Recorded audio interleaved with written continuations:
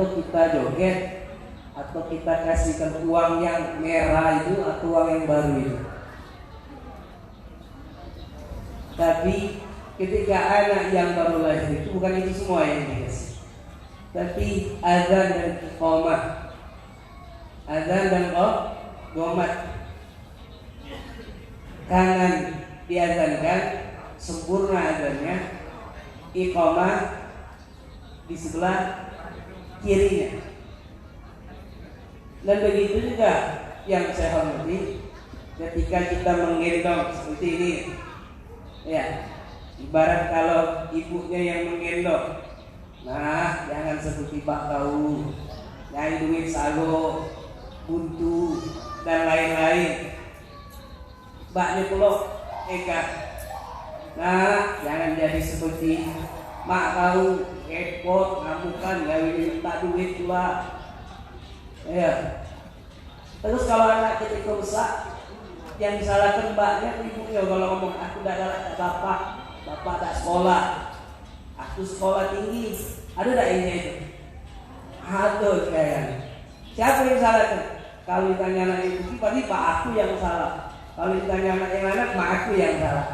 Jadi ketika kita ngendongnya ini, jangan saling menjatuhkan antara ibunya, walaupun ibarat bercanda, ya bercanda itu tidak bagus karena ucapan itu doa. Jadi ngomong, mudah-mudahan anak yang soleh, jadi yang bakti, doakan kami menjadi bakti salawat ataupun ayat dulu Quran. Jadi insya Allah ketika anak itu besar, tidak akan bahasanya kasar kepada anak, kepada orang tua. Terus ikhwan yang dirahmati Allah Subhanahu wa taala, apa perlunya azan dan qomat ketika waktu kecil? Perlunya ketika anak baru lahir di azan dan kuping kanan, qomatnya di sebelah kiri. Apa fungsinya? Untuk mengenalkan Allah. Untuk mengenalkan Allah, cukup dengan Allah, Allah. Ini kok azan, sempurna azan. Plus qomat pula. Nah, kita harus mengetahui dulu pengertian daripada azan. Azan itu bukan menunjukkan waktu masuknya sholat. Ya, azan itu bukan menunjukkan waktunya masuknya sholat. Tapi kalau di masjid diambilkan azan, nanti diprotes pengurusnya nanti.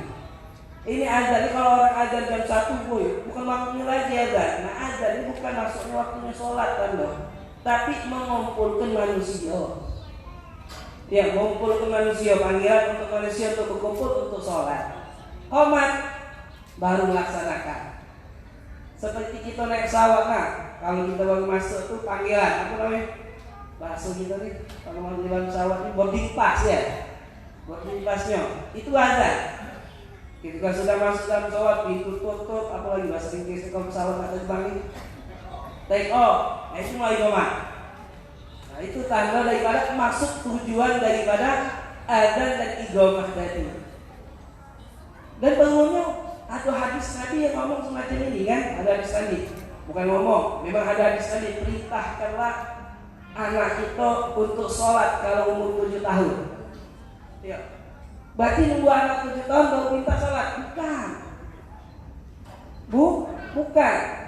Ajarkan anak kalian umur 7 tahun untuk sholat, bukan. Ajarkan anak itu ketika azan dan qomat itu sudah mulai ajarkan anak itu sholat. Walaupun mereka belum, kita tunjuk sholat bukan dia. Itu. Kadang-kadang kan kita repot nih, umumnya wong nih. Hidup di TV dulu, mak-maknya sholat, anaknya suruh nonton TV.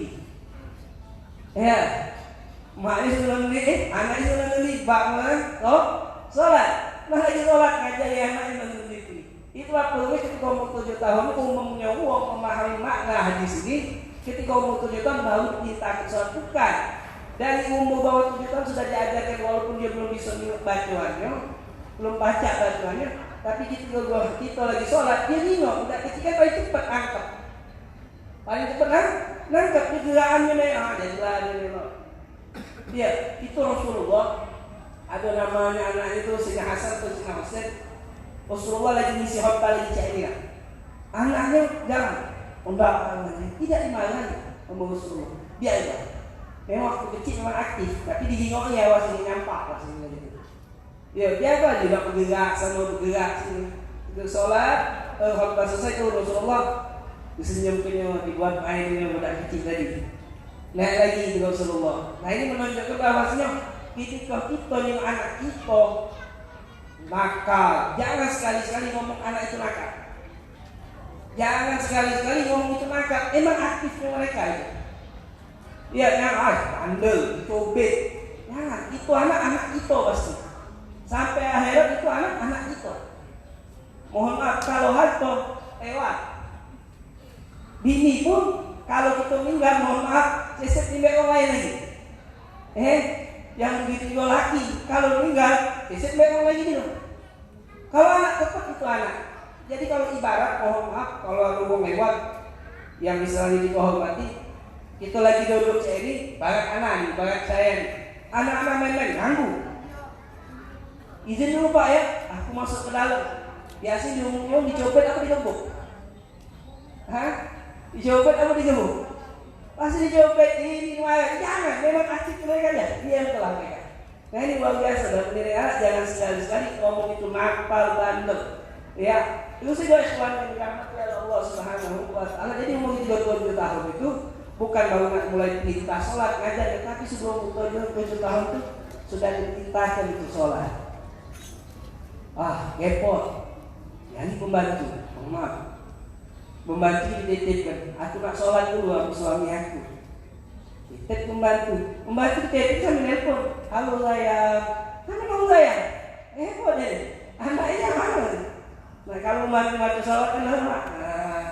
Itu walhasil ketika perintah daripada orang sholat itu, sebelum sholat itu fungsi dari iqamah dan azan ketika waktu bulan kecil itulah menunjukkan ngajarin sholat. Bukan ketika umur 7 tahun baru diajarkan sholat. Ketika umur 10 tahun kan ada sambungan. Ketika umur 10 tahun koyukroh mukul ke anak tersebut kalau tidak sholat. Nah mukul ini mukul sayang, bukan mukul membenci. Kamu kita mukul anak itu mukul sayang, tak mana lah, jangan nyiksa.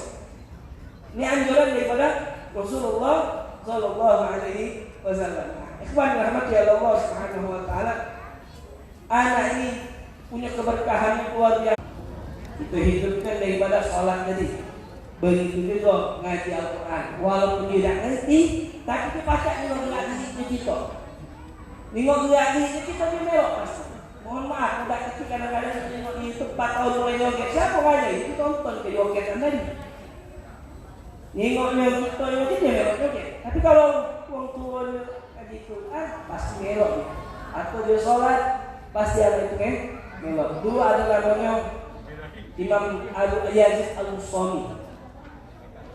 Ada nama sahabat Nabi namanya Yazid Al-Bustami. Waktu kecil umur 8 tahun ke 9 tahun. Dia dengar ayat Al-Quran, dia belajar sama gurunya. Surat Muzammil. Ya ayuhal Muzammil. Qumil laila illa qalila. Wahai orang yang lagi berselimut, lagi tidur ya. Bangunlah semalam walaupun sebentar. Balik ya, ani sama abah. Pak, ini ayat untuk siapa? Kata ayahnya itu, ini untuk Nabi Muhammad. Ini untuk Nabi Muhammad bangun malam. Benar. Iya, itu untuk Nabi Muhammad SAW. Bangun malam itu untuk Nabi Muhammad wajib. Ada sebuah kitab di dalam Al-Quran, semuanya itu wajib kalau ada dalam kitab. Perintah sholat, lakukan kebaikan, kecuali 3. Pertama, kalau kita repot nih kalau sholat witir itu wajib untuk Nabi Muhammad, untuk umatnya tidak wajib. Sholat malam, sisi sholat malam bangun sekarang ada euronya, sekarang bangun terus jadi ada bola, bukan malam berat untuk ibadah. Untuk Nabi Muhammad bangun malam wajib. Tapi umatnya tidak, tapi jangan sampai kita tinggalkan. Malam itu tempat kita berduaan sama Allah ya.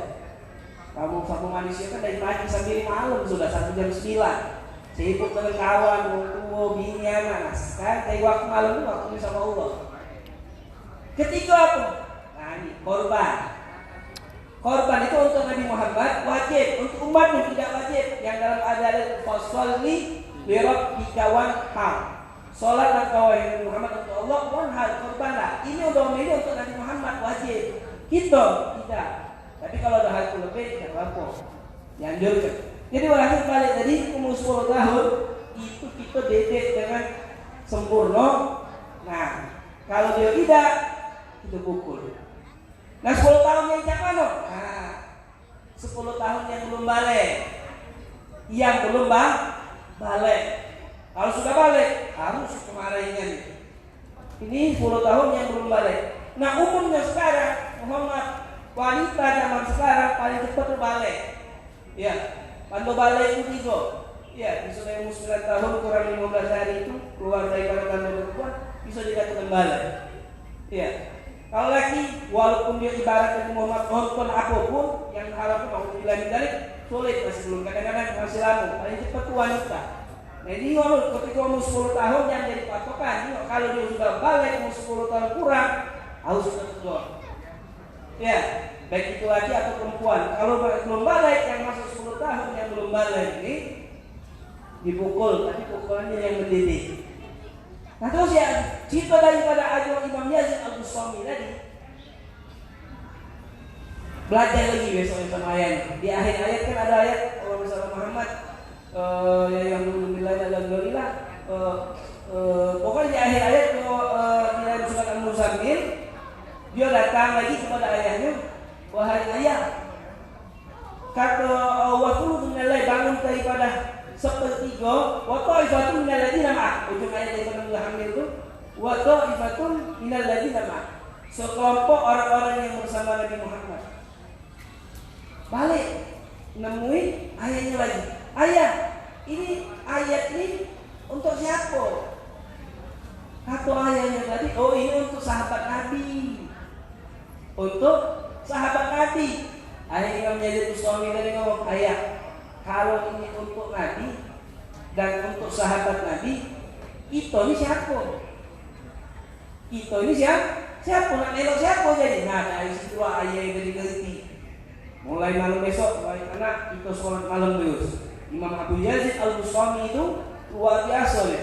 Sholat malam sampai hari wafatnya dia sholat malam. Bahkan orang-orang dahulu ketika istrinya lagi hamil, itu suami atau anaknya ngomong sama anak di dalam kandungan, ya walad gum. Wahai anak, bangun. Tujuannya tuh supaya ketika dia besar, orang yang aktif dalam beribadah, aktif dalam sholat malam. Pengertiannya luar biasa. Dalam mana kecil dan nilai kandungnya sudah diajarkan. Anak ini nikmat yang paling besar yang diberikan oleh Allah. Setelah nikmat itu dijadikan beriman sama Allah, beriman sama Nabi Muhammad, setelah itu nikmat anak itu kalau anak tadi jadi anak yang soleh atau soleha, itu nikmat yang paling besar. Kenapa? Anak ini yang akan bisa menyebabkan kita masuk surga dan bisa menyebabkan kita masuk dalam neraka Allah Subhanahu wa Ta'ala. Jadi sebisa mungkin jadikanlah anak ini menjadi anak yang soleh. Diibaratkan di sini kan ada orang dahulu menanam pohon kurma, umurnya 10-90 tahun, anggapnya sudah kelebihan, lebih umurnya. Karena umur Nabi Muhammad itu tidak 62, 63, lebih sudah. Ini 90. Nanam pohon kurma, aku nanam pohon apapun sudah. Anak-anak yang bawah ini ngomong, wahai kakek, untuk apa kau nanam pohon ini, umur kau sudah tua? Maka kakek dari jawab, wahai anak, yang aku ajar, yang aku tanam ini untuk wong setelahku, untuk wong setelah aku yang nikmatinya. Kita kenal Islam dari wong dahulu, sholat dari wong dahulu. Itulah fungsinya kita yang masih hidup. Ketika masih besar jadi anak kecil, itulah nanti tanaman kita kalau kita meninggal, dia akan mendapat yang baik-baik. Kalau kita sebelum meninggal kita ajarkan sholat, kita ajarkan cinta sama Allah, cinta sama Rasulullah. Ketika kita wafat, kita ada cinta yang baik, cinta yang indah, kisah yang bagus. Apa? Anak itu akan cerita, oh ibu aku waktu itu ahli ini, abah aku ahli ini. Nah, ini cerita yang bagus. Kita kan hidup kayak kita pengen yang baik-baik. Kalau kita masih hidup baik, kita ingin meninggalkan, kita pengen dapat cerita yang baik. Kita yang masih hidup baik, kalau dengan cerita yang buruk, marah. Marah di cerita yang buruk.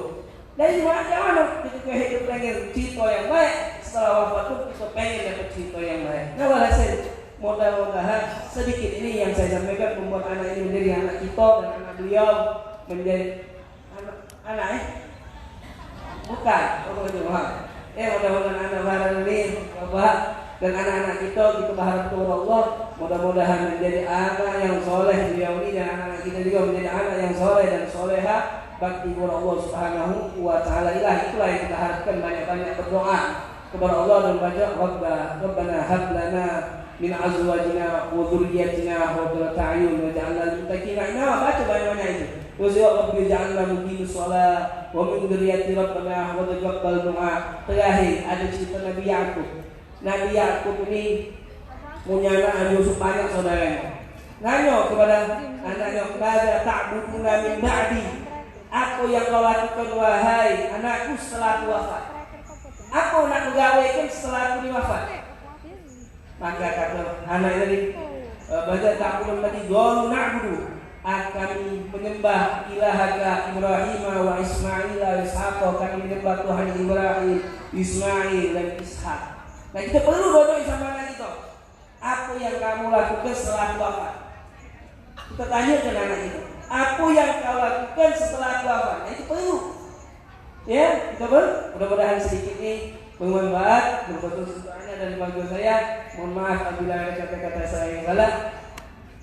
Bismillahirrahmanirrahim. Alhamdulillahirabbil alamin. Allahumma shalli wa sallim ala sayyidina Muhammad wa ala sayyidina Muhammad. Allahumma salli ala Muhammad wa ala alihi. والمعافاة الدائمة في الدين والدنيا والآخرة. اللهم يا ذا الجلال والإكرام أمتنا على دين الإسلام يا قوي يا متين اكفي شر الظالمين.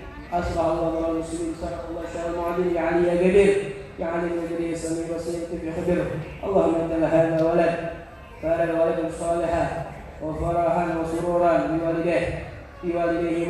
بوالديه. اللهم ربنا هب لنا من ازواجنا وذريتنا قرة اعين واجعلنا للمتقين اماما. ربنا وعدتنا على رسلك ولا تخزنا يوم القيامه انك لا تخلف الميعاد. ربنا اتنا في الدنيا حسنه وفي الاخره حسنه وقنا عذاب النار. صلى الله عليه وسلم محمد النبي الامي وعلى اله وصحبه وسلم. الحمد لله رب العالمين.